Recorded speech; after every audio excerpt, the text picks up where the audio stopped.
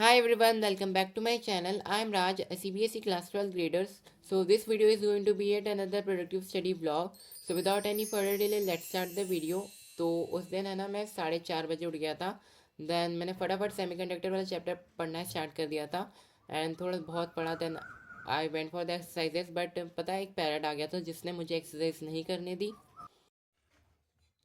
Hi guys, so it is currently 9:10 and a little bit I have modified my desk. Here you can see a clock and also I put here a calendar to stay up to date with the new date. So without any further ado, let's start our studies. So first of all guys, I started my studies with physics and physics में भी particularly मैं semiconductor वाला chapter complete कर रहा था. तो मैंने जो घड़ी लगाई थी ना उसकी जो टिक टिक आवाज़ आ रही थी मुझे बहुत ज़्यादा इरीटेट कर रही थी एंड मुझे डिस्ट्रैक्ट भी कर रही थी. तो मैंने उसे साइड में रखा एंड यहाँ पर है ना तुम्हें रे ऑप्टिक्स वाली क्लिप दिख रही होगी क्योंकि जिस दिन मैंने सेमीकंडक्टर वाला चैप्टर कंप्लीट किया था उस दिन मैंने कुछ भी रिकॉर्ड नहीं करा था. तो हाँ, मैंने सेमीकंडक्टर आधा कंप्लीट किया. Then I had taken my breakfast. Hi guys, so it is currently 9:30 बज रहे हैं एंड अभी मैं ना सेमीकंडक्टर के लास्ट वाले टॉपिक पे आ गया हूँ. That is half wave rectifier and full wave rectifier. But मेरा ब्रेन बिल्कुल भी नहीं काम कर रहा है. आई डोंट नो भाई. जब भी किसी चैप्टर का एंड वाला टॉपिक आता है ना भाई मेरा ब्रेन बिल्कुल भी नहीं काम कर रहा है. But still I have to study because मुझे ये चैप्टर हाफ एन आवर में कंप्लीट करना है. सो पढ़ता हूँ मैं and do let me know आपके साथ भी ऐसी घटना होती है या नहीं. Hi guys, so it is currently 11 AM right now and मैंने पता है आधे घंटे का बोला था बट मेरा जो चैप्टर है 1.5 घंटे में कंप्लीट हुआ. कितने अच्छे से मैं चैप्टर कंप्लीट कर रहा हूँ. लिटरली गाइस बहुत टाइम लगा चैप्टर कंप्लीट करने में क्योंकि कॉन्सेप्ट बहुत ज़्यादा नए थे एंड डायग्राम से थोड़े डिफरेंट थे तो थोड़ा समझने में भी टाइम लगा. So it's okay. यहाँ तक मेरे नोट से एक फ़िल्टर वाला बचा है जो कि मैं बुक में से देख के बाद में बनूंगा.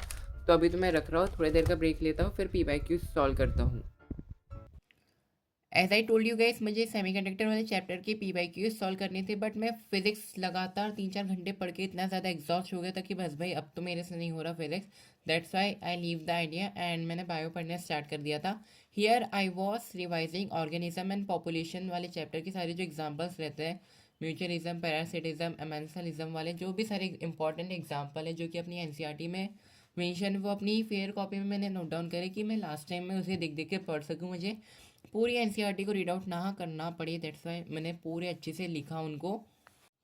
बाय द वे गाइस, मैं ऐसा सोच रहा हूँ जो अपने बायो वाले प्री बोर्ड बोर्ड्स में अपन को 10 दिन की छुट्टी मिली है तो उस 10 दिन में भी अपन एकदम अच्छे से रिवाइज कर सकते हैं. तो मैं सोच रहा हूँ कि 1-2 दिन अपन बायो पढ़ते देन फिजिक्स एंड केमिस्ट्री पे मेन फोकस करेगी क्योंकि पहले स्टार्टिंग एग्जाम अपने मेन फिजिक्स एंड केमिस्ट्री के ही है. तो मैं अभी बायो तो पढ़ना छोड़ ही दूंगा पूरा.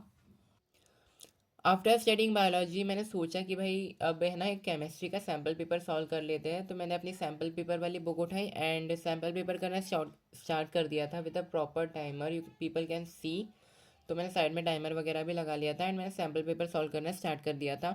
मैंने बिल्कुल भी नहीं रिविजन किया था. मैंने एक ऑर्गेनिक की रिएक्शन भी नहीं याद करे था एंड एक फार्मूला भी मैंने नहीं याद करा था.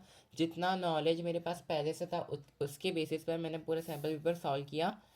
एंड यू गैस करो मुझे कितने नंबर आए होंगे. I was fail. मैं इतना ज़्यादा ओवर कॉन्फिडेंट हो रहा था कि भाई मुझे ऑर्गेनिक सब आता है, मुझे सब आता है, फॉर्मूलाज में मुझे सब याद है. बट लिटरली गाइस मुझे कुछ नहीं आ रहा था. रिएक्शंस मुझे याद नहीं आ रही थी, फॉर्मूले भी मुझे गलत गलत याद थे. तो मेरे सारे क्वेश्चन गलत हो गए एंड MCQs भी मेरे 10 गलत हो गए. तो I was fail in that exam. मतलब मेरे 22.75 मार्क्स आए थे आउट ऑफ 70 जो कि फेल कंसिडर होता है. तो फेल होने के बाद मैंने सोचा भाई अब इतनी बुरी तरीके से फेल हुए तो केमिस्ट्री तो पढ़ना ही पड़ेगा. Here you people can see my answers. मुझे कन्वर्जन वगैरह कुछ भी नहीं आ रहे थे एंड ना ही मुझे 2 मार्कर क्वेश्चन आए ज़्यादा, ना ही मुझे 3 मार्कर क्वेश्चन आए. जो फार्मूला बेस्ड क्वेश्चन थे वो भी मुझे नहीं आए क्योंकि मुझे फार्मूला ही नहीं आता. देन इतनी ज़्यादा बेइज्जती के बाद मैंने सोचा भाई अब केमिस्ट्री पढ़ ही लेना चाहिए. देन मैंने अपनी ऑर्गेनिक की बुक उठाई एंड सबसे ज़्यादा जो इंपॉर्टेंट वाला चैप्टर है aldehyde ketone and carboxylic acid, उसके जो सारी रिएक्शन है उसे लिख लिख के अच्छे से प्रैक्टिस किया मैंने. एंड जो भी इंपॉर्टेंट वगैरह लग रहा था मैंने अपने स्टिकी नोट्स लिए, उस पर रिएक्शन लिखी एंड दीवार पे पेश कर दिया ताकि मैं बार बार उसे देख सकूँ एंड मेरे माइंड में.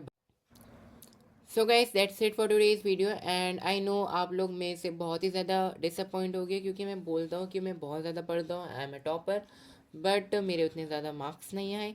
बट ट्रस्ट में गाइस अब से लेकर मैं बहुत ज़्यादा मेहनत करूँगा टिल बोर्ड्स एंड रिजल्ट वाले दिन आपको बिल्कुल नहीं डिसअपॉइंट करूँगा. So that's it. Bye. And video पसंद होगी तो सब्सक्राइब कर देना. Bye. All the best for your board exam.